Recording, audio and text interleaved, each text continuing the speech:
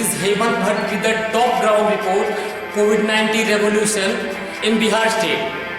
ये quarantine centre है, आप देख सकते हैं कि इस समय हम SRP कॉलेज में हैं और जिस प्रकार से पढ़ाई होती है उसी प्रकार से यहाँ पे बेंच वगैरह लगा हुआ है और ये अलर्ट किया गया है इस ब्लॉक में क्वारंटाइन सेंटर के रूप में। अभी यहाँ पे कोई मरीज नहीं आया है, लेकिन हम आपको दिखाने के लिए आए कि जो सरकारी व्यवस्थाएं हैं वो किस प्रकार से कागजों में दम तोड़ देती है। सबसे बड़ी बात कि सरकारें जिस प्रकार से आज मजदूरों को रिलीज कर रही है घर जाने के लिए या ट्रेन की सुविधाएं मुहैया करा रही, क्यों करा रही है? अगर उन्हें भेजना था तो 5 हफ्ते काफ़ी नहीं थे उन्हें भेजने के लिए, और अगर उनके लिए सारी व्यवस्थाएं जहां पे वो थे उस गंतव्य पे की जा चुकी थी, तो आज कौन सी आफत आ गई उनको घर तक भेजने के लिए? अगर वो 5 हफ्ते पहले आए होते तो उनके पास इतनी आर्थिक मदद या इतनी आर्थिक शक्ति जरूर होती कि वो अपने परिवार का भरण पोषण कर पाते। लेकिन आज जो मजदूर अपने शहर से निकल करके अपने ब्लॉक में पहुंच रहा है और 20 दिन के लिए अगर उसको क्वारंटाइन कर दिया जाता है तो ये सोचिए कि वो जो स्थिति होगी वो किस व्यवस्था को जन्म दे देगी।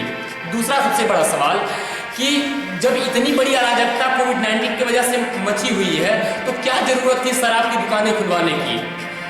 एक और बड़ा सवाल आ रहा है हम लोग के सामने कि जो रेलवे विभाग है वो टिकट वगैरह के पैसे ले रहा है। अगर सरकारी व्यवस्थाओं की बात करें तो 85% रेलवे की और 15% राज्य सरकारों की जो सब्सिडी है वो रेलवे को दी जा रही है, या ये व्यवस्था बनाई गई है कि हम किसी से टिकट नहीं ले रहे हैं। लेकिन जमीनी हकीकत जो है वो आपके जो हौसले हैं उनको तोड़ के रख देगी। पहली बात आपको समझना होगा कि जिस टीवी को आप देख रहे हैं या जिस न्यूज़ को आप एनालाइज कर रहे हैं वो कितनी ट्रांसपेरेंट है, क्योंकि एसी रूम में बैठ करके किताबों को पढ़ना या पेज को पढ़ के आपको सुना देना, और अगर आप उसको सुन करके संतुष्ट हो रहे हैं तो एक बात आप समझ लीजिए कि आज आने वाले माहौल में आप बिल्कुल मोबिलाइज हो जाएंगे। आप बने रहे, देखते रहे ये ग्राउंड रिपोर्ट जिसमें हम आपको दिखाएंगे कि जमीनी हकीकत क्या है और सरकार के दावे किस प्रकार से झूठे हो रहे हैं। देखते रहिए CNN की एक खास रिपोर्ट। बहुत बहुत धन्यवाद आप सभी का। नमस्कार।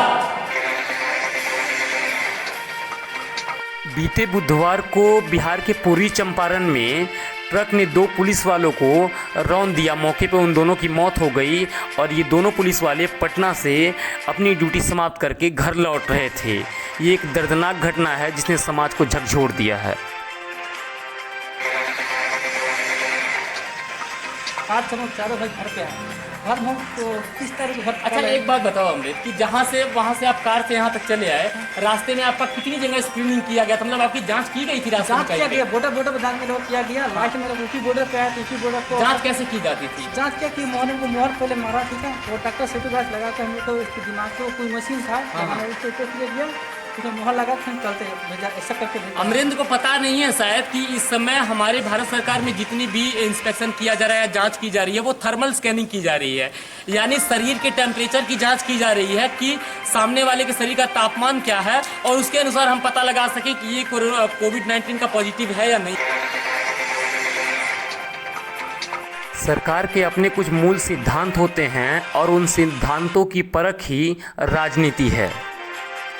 देश भर में मजदूरों की तस्वीरों से पता चलता है कि देश में पलायन की स्थिति है, रोजगार ठप पड़ा है और हर जगह बेरोजगारी का मातम छाया हुआ है।